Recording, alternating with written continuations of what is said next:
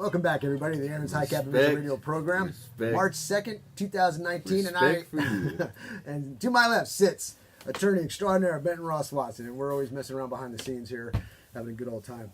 Ross, before we get started, I had this article out of the paper, and we have discussed this a few times before, and I've made my comment about how I think it's terrible that a young buck, and I'm talking a guy, who's got hormones flowing and he's a certain age and he happens to engage in sexual activity with a girl who happens to be on the borderline or just below the borderline of legal, okay?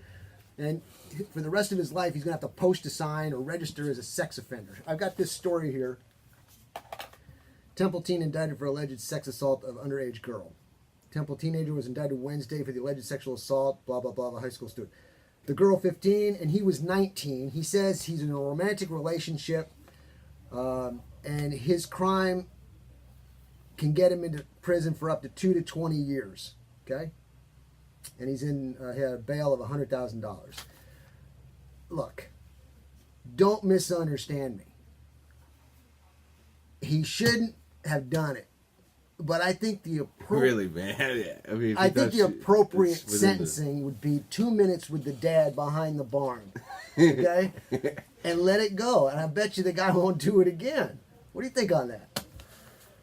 I mean, I'm just glad no girls like me in high school. So Stop. You know, I mean, it's just. But I mean, that is like. We're talking. That's probably one thing that we could reach out to our legislators if for something that could fundamentally make a difference. And I told you that when I was in college, I had several teammates. It wasn't a Baylor University kind of thing. When they had this big hoorah, there was a couple guys at a party. He thought she was in college because she was at a college party. They go to jail. Later on, it turns out the girl's setting guys up, doing this as a pattern. And ends up dismissing cases against a couple of them, the ones that held out and said, we're going to take it to trial. And this is something that it needs to be a defense to say, hey, we thought this person was older, but it's not. Right now, it's a strict liability crime. Well, in the story, it says he had a romantic relationship and he thought she was 16 at the time. And you look at the guy's face, man, that guy he's one of those, he just wants a girlfriend, you know. He's found somebody who likes him and they're having a good time. They enjoy each other's company. I'm not talking in the sexual sense. I mean, they get along and then it happens. I mean, hey, a defense of defamation is truth. All right, let's move on. I just think it's crazy to make somebody of that age, of two close ages. Now, don't get me wrong. You get children, you get kids, I mean, babies and stuff like that. That disgusts me. I mean, it makes my skin crawl. But on this here, that close proximity of ages and the time of who they are and their hormones, I mean, I don't know, man. No, destroying somebody's there needs to be some sort of defense. There's not, though. He would be strictly liable. He's liable. There's really nothing he could say. Either he did it or he didn't. Would he be under the mercy of the court? Yes, that's what I'm trying to say. And he's got really nothing. There needs to be some way for those cases to get resolved other than just saying, oh, he did it, boom. Especially when they're dad behind the barn. 2 minutes. I'll tell you what, if that was my daughter, I'd say, that's a condition of probation. I'd say, come here. It's you and me, pal. 2 minutes. Maybe I'll just need a minute. Okay. All right, here we are. We're on week 3 of our series of breaking down the Bill of Rights. We're on the Third Amendment. I'm going to first, once again, read the preamble. The Constitution was ratified, and then after the ratification, they came up with this. They wanted to make sure there was no confusion. The preamble to the Bill of Rights. Congress of the United States begun and held in the city of New York on Wednesday, the 4th of March, 1789. The conventions of a number of the states having at the time of their adopting the Constitution expressed a desire in order to prevent misconstruction or abuse of its powers that further declaratory and restrictive clauses should be added, and as extending the ground of public confidence in the government will best ensure the beneficent ends of its institution. And here's the Third Amendment and how it reads. No soldier shall, in time of peace, be quartered in any house without the consent of the owner, nor in time of war, but in a manner to be prescribed by law. Take it away, Ross. So the Third Amendment is not ambiguous, in my opinion, a whole lot like all these other amendments, or you don't think they, or like people have argued them to be. Okay, like the militia this, the militia that, the people were the citizens. I mean, here it's pretty clear that no soldiers shall be able to be quartered in your house. I want to make a comment to what you just said there. Because you and Rick coming on this show for as long as you did, I look at any law that looks black and white and I say, no, every black and white law there is, there's a shade of gray. So it's going to be the same with the Third Amendment, I'll bet you. Dang, you already you setting me up for ruination here. But no, the Third Amendment is one of the least controversial. It is one of the least litigated. Okay, I think the ABA calls it the runt piglet of the Constitution, and I disagree with that quote. Okay, it's just that I think there's no doubt about what this amendment protects. That's why it's not litigated. And we're going to see that over time. I think today the whole purpose behind what the Third Amendment stood for is threatened because of a standing military.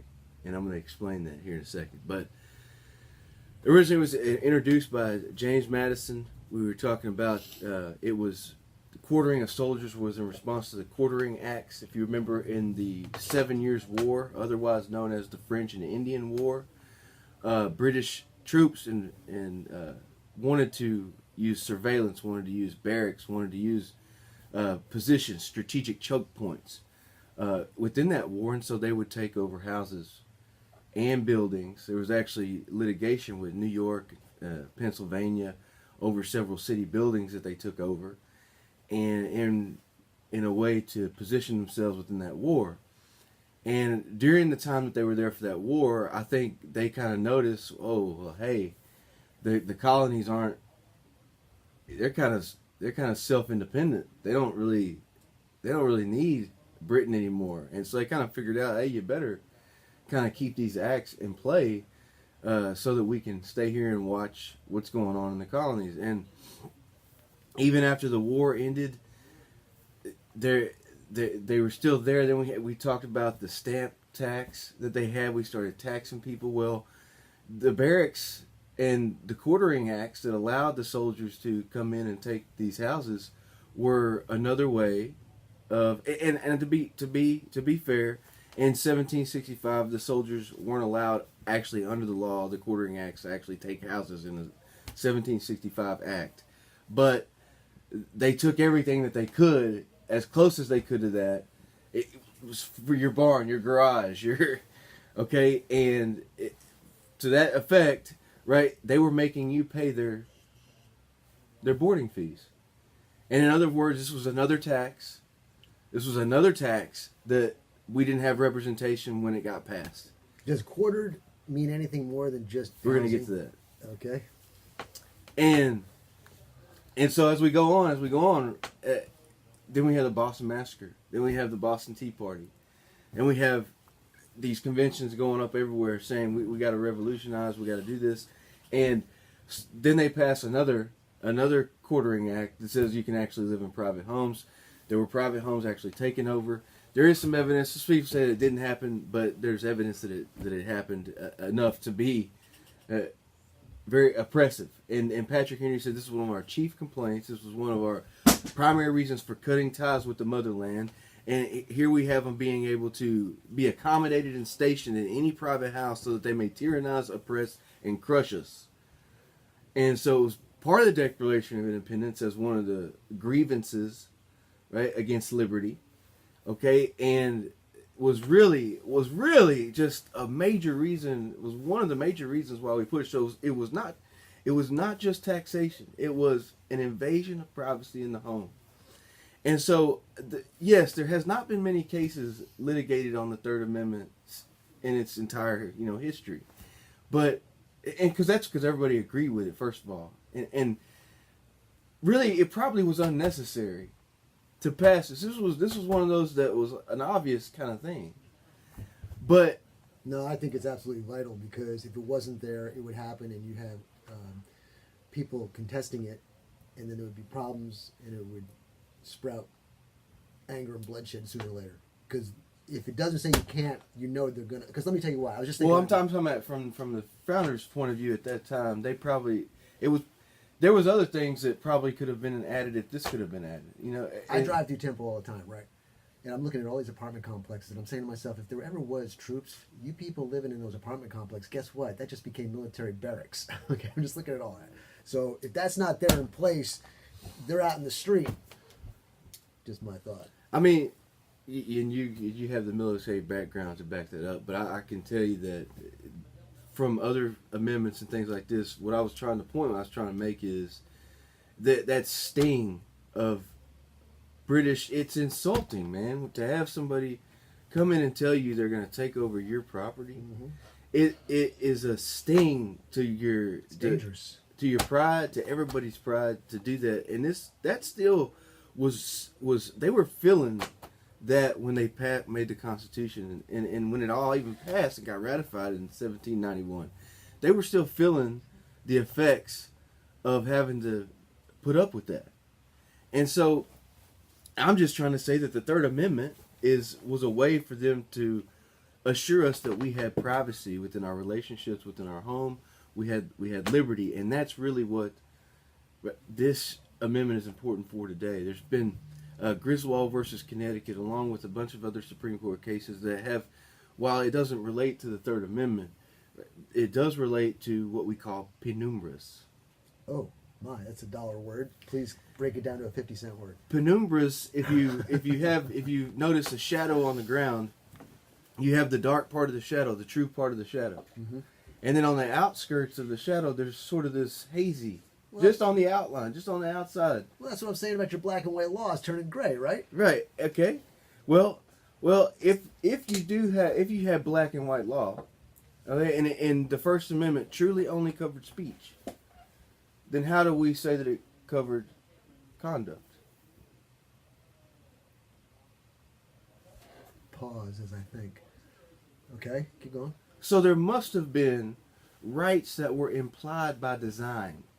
In other words, they were encompassed by the term speech, right? But aren't specifically set out in the Constitution. Gotcha, okay. And so if we have things that are implied in the very purpose of the amendments themselves, the amendments protect those rights. What's that word again? Penumbras. That's a good word. My brother Lance would like that word. And so they are rights implied by design, and these rights protect the sanctity of a man's house. They protect his relationships. They protect his right to pursue life, liberty, and happiness. Okay, they protect his right to raise his kids, to choose which religion he wants. We have the freedom of religion, but do we have the freedom to educate our kids in the type of religion that we believe in? All of these have been Supreme Court cases, and all these have come up, and the Supreme Court has had to decide whether or not the Constitution includes these rights implied by design. And every time one of these implied by design cases comes up, the Third Amendment is quoted as saying, we understood that there was sanctity and privacy of a man's home. It is the Third Amendment that makes that point obvious. We don't want soldiers, right, quartering in the homes because there's so many private things that go on there. It did not just protect quartering or taxation. It protected, right, the sanctity of a man's home, and along with the Fourth and Fifth Amendment. Now, those three work side by side, really. Okay, and it was really important in to that aspect, but there's been a few cases since then, and let me see here. I tell you, Ross, it amazes me how you get through law school in 4 years. 4 years, right? Because you could do this a 4-year study.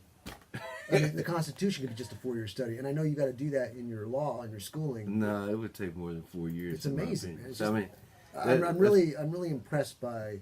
I mean, many attorneys, they can't become barred unless they know their stuff. This is a lot of stuff to know, man. So I'm impressed. Well, don't be, I'm just a monkey in a spacesuit, man. And so in 1979, though, we had one good case. We had one good case on the Third Amendment. And well, I say it's a good case. I mean, we had one case that was actually taken serious by the courts, and actually made it to the appellate level, and that was Ingblom versus Carey. And what had happened is that there were several prison workers that had went on strike, and they were living in prison housing, and they were tenants, right, under some leases based on their employment with the prison. And when they went on strike, the prison system virtually evicted them without a whole lot of process involved and brought in the National Guard. And let the National Guard live in their facilities while the National Guard took over the prison. And the striking prison guards raised a Third Amendment objection and essentially said, and this case was important because it shows you what quartering means and how that can be applied. And the term owner, under the Fourth Amendment, they used these interpretations that the Third Amendment included more than simply quartering soldiers in houses, right? And what was a house and what was an owner. An owner can be a tenant. So it encompasses the same sort of rights that the Fourth Amendment encompasses and the Fifth Amendment encompasses. But we're talking about the Fourth Amendment for purposes of property. We're not solely defined by, right, houses and owners in that property context. We're talking about overall, right? It includes rights that are meant to be protected by property. You know, the Fourth Amendment type issue. So the National Guard troops, they counted as soldiers, and the Third Amendment was deemed to be incorporated. Right? Remember we talked about the 14th Amendment incorporated the states, incorporated the Bill of Rights to the states? Yes. Okay. I don't mean to get off, but sometimes you got to make these notes to make your it doesn't. You gotta understand that the Third Amendment. How would you even apply this on the state level? This looks like it's soldiers, military. This applies to the federal government. But remember, we talked about and it was important that it is incorporated, meaning that it applies to the states, because those are rights that are inherent. Those are rights that are important. Those are rights that protect private liberty. Because after the Civil War, the 14th Amendment made the Bill of Rights be applicable to the states, so that the states would have to comply, right, and not treat the freedmen much differently than other folks. And so that's when we started applying the Bill of Rights actually to the states on the state level. And so this is important because this shows that the Third Amendment was important to protect individual liberty in the home. Ladies and gentlemen, this is a very good conversation we're having here. I haven't mentioned the phone number. If you want to become part of it, ask a question. 254-697-6633. Give us a call. Okay, good. And there's been a bunch of cases come up that are frivolous almost and try to use the Third Amendment to help their ground. There's been, I think, reservists tried to get out of marching in a parade. This, by the way, on Ingblom versus Carey, they ended up losing when it went back. How did you explain that one about the march and the parade? How does that even come into play with this? It doesn't. In my opinion, it was a frivolous kind of argument. And another guy argued against the Third Amendment for a federal rent control law to be struck down. He said that this is a quote from the petition, the incubator and hatchery of swarms of bureaucrats to be quartered as the stormtroopers upon the people in violation of Third Amendment to the United States Constitution. I don't disagree with you, man. I don't disagree with you when the court said this is when you talk, he may have had a good case. When you talk crazy like that, right, to federal judges, they're going to dismiss your case. Yeah, and so that's what you got to talk the language, man. And so this is what that case got thrown out. But sitting in the dark closet too long. Here's the concerning part to me, and this is the point that I wanted to make today, if I make nothing else, which is that we had a 2015 case, Mitchell versus City of Henderson, and what happened there is SWAT task forces were trying to do surveillance on a drug dealing house, and in the course of doing that over a week's time, ended up commandeering 2 or 3 houses and they had no warrant to do so. They had no order. They had no authority. They had nothing whatsoever. They asked the people, "Can we come in and do it?" The people told them no. So then they waited about 12 to 24 hours and went back and just took it over anyway. And they pulled these people out of their houses. They put them in handcuffs. They shot them with pepper spray. They shot their dogs. They shot things that whatever got in their way. They drug a very elderly lady well across, blocks, right from her home to the command center so that she couldn't leave. They arrested these people and charged them with obstructing justice, obstructing a police officer.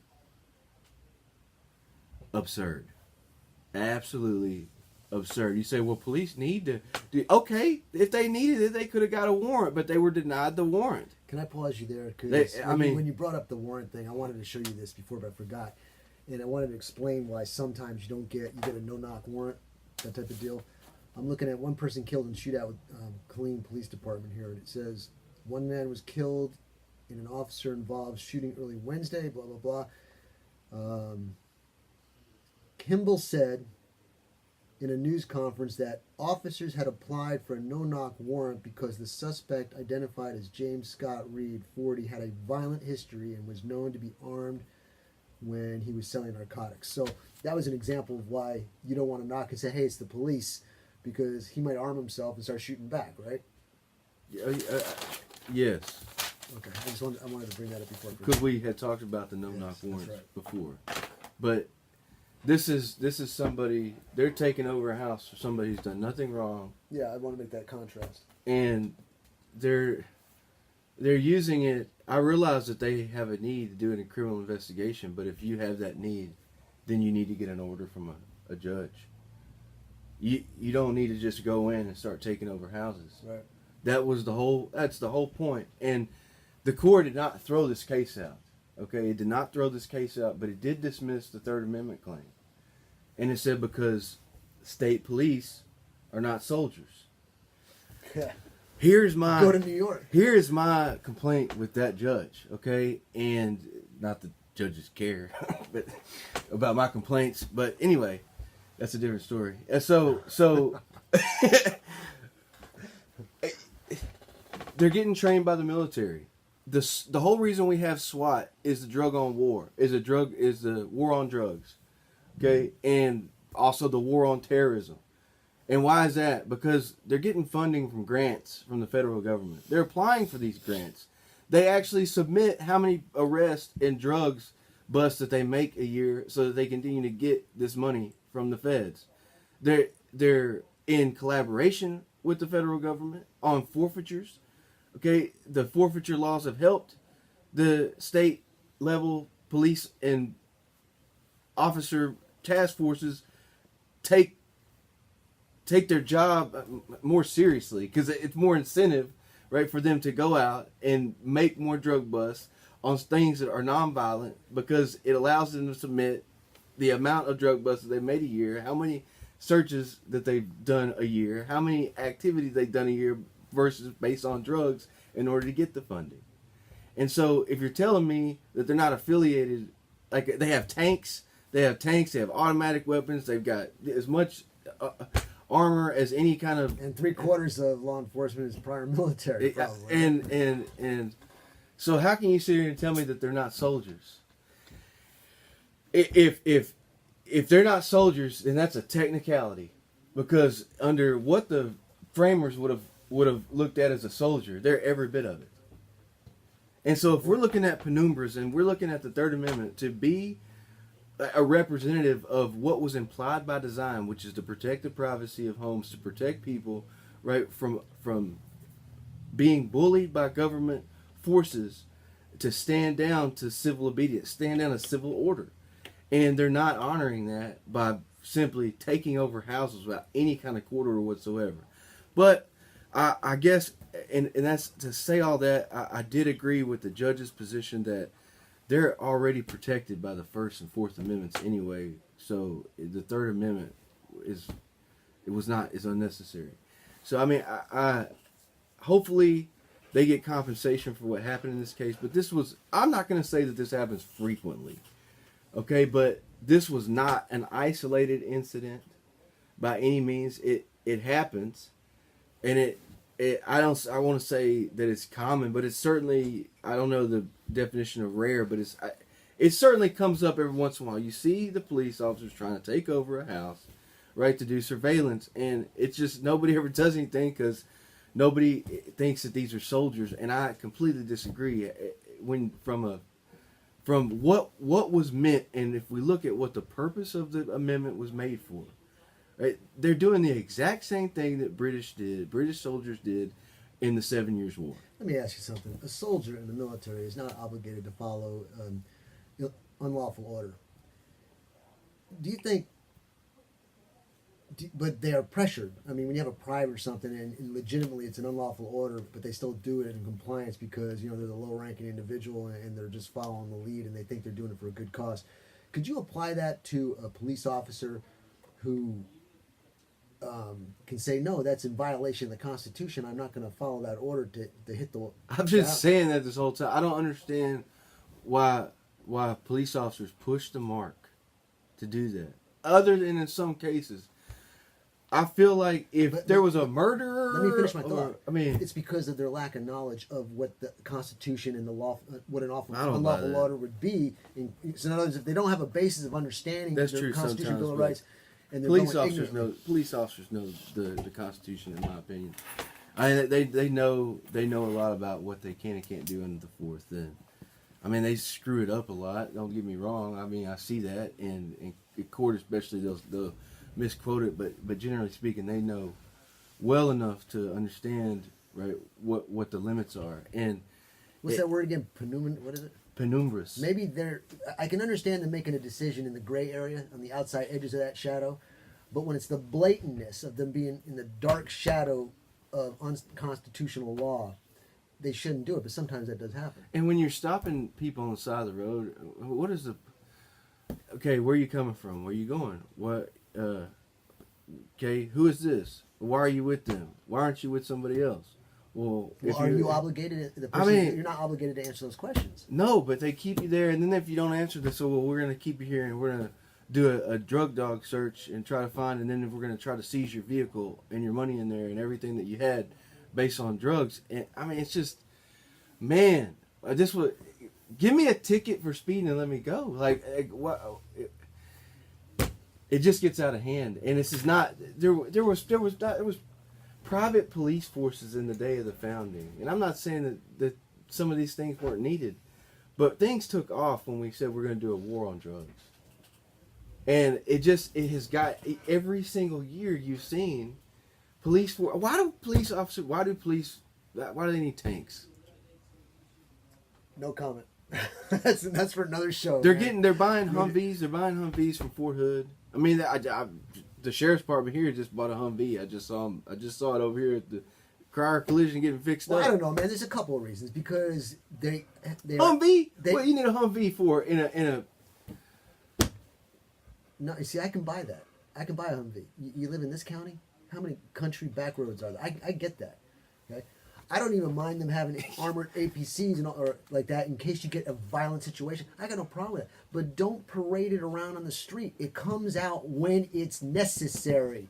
You don't hype it up. Remember that story you were telling me about the guy who had all these different law enforcement agencies come to him and surround his house and invade his house for what? Because he said something? That's ridiculous.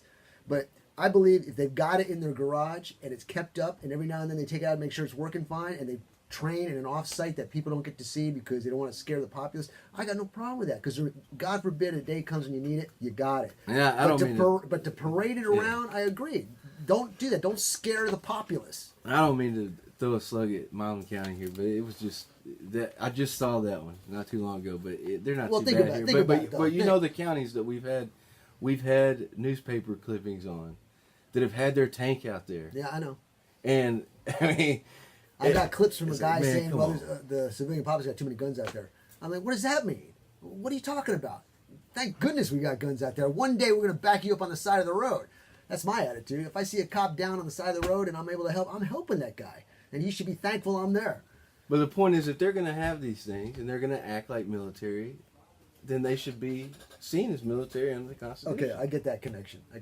But I just want to make the comment about the Humvee here. I think it's applicable. For Okay, Humvee, if they want a Humvee, they can have it. But if they're going to act like soldiers, then the amendment should apply to them as soldiers. Yeah, I get that point. I get it. Look, perfect timing to end here. I think it's a great session we did here on the Third Amendment. Next week will be the Fourth. Why don't you give a highlight of what the Fourth is real quick? And, oh man, the Fourth encompasses everything in personal liberty, in my opinion. It just protects the sanctity of a man's home and his life. I know you're very pumped up about the Fourth. I know that. So that's what we're going to be talking about next week. And tell everybody how they can get a hold of you. Benton Watson here in Cameron. If you want to email me with questions, it's benton@watson.legal. That's benton@watson.legal. Give us a call at 254-605-4140. That's 254-605-4140. If you can, Cameron, if you want to stop by, 105 East Main Street, Big Milk Cow on the side. You can't miss it. Holler at us. We'll do an appointment in Brazos County or Harris County. And if you got any questions about how to have respect for you, go to respectforyou.com or call Rick Dodd.